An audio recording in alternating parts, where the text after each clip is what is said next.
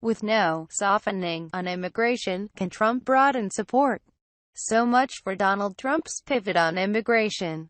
Though Trump himself has suggested he was softening in recent days, the Republican presidential nominee used a high-profile speech Wednesday to reaffirm a hardline immigration policy that includes cutting off federal funds for sanctuary cities, building a Great Wall along the southern border, exhibiting zero tolerance for criminal aliens, and promoting policies that could well lead to removal of millions of undocumented immigrants. Speaking to a boisterous crowd in Phoenix, Trump drew huge cheers when he declared, "There will be no amnesty."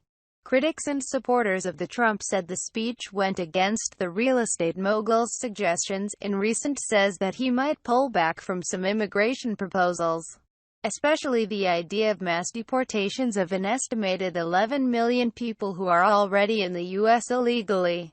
Trump's aggressive speech came just a few hours after he made conciliatory remarks during a surprise visit to Mexico City to meet with Mexican President Enrique Peña Nieto. "It's clear he didn't soften his immigration position one iota," said Alex Nowrasteh, an immigration policy analyst at the Libertarian Cato Institute and a critic of Trump. Praise from the base. But is that enough? Maintaining a hard line on immigration could be costly on Election Day, Nowrasteh said, citing polls that Americans oppose the idea of wholesale deportations that could break up families and take workers out of the U.S. economy. "Americans do not want to kick out 11 to 12 million people," he said. To be sure, Trump did not mention his past support of an overall deportation force, and did not discuss the idea of mass deportations, but he did pledge to triple the number of federal deportation officers, as well as a new special deportation task force focused on identifying and quickly removing the most dangerous criminal illegal immigrants in America. In his remarks, Trump said, "You cannot obtain legal status or become a citizen of the United States by illegally entering our country. Those days are over." Many analysts thought Trump might trim his proposals in a bid to appeal to Hispanics and suburban white voters who have been put off by his hard-line rhetoric.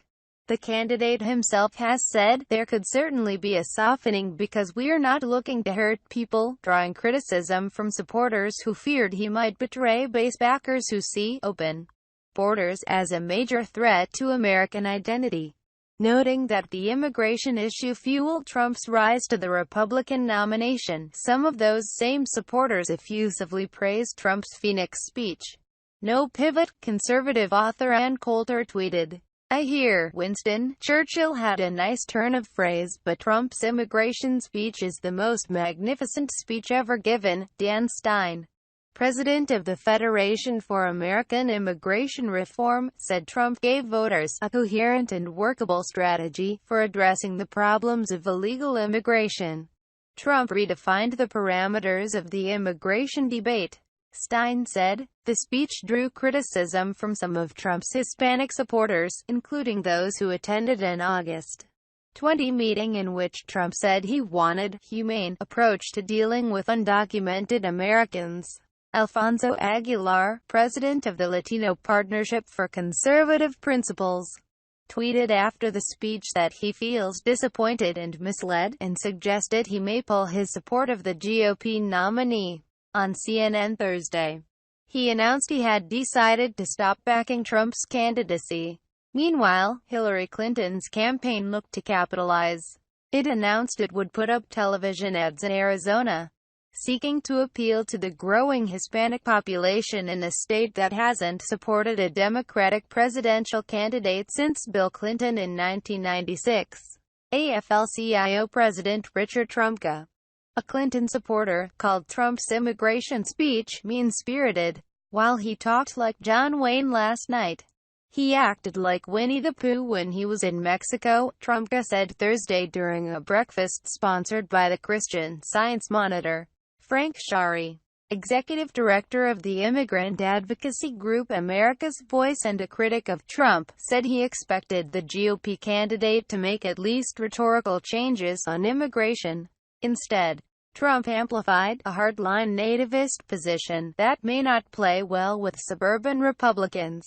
There was nothing in that speech for them, Shari said. The deportation question.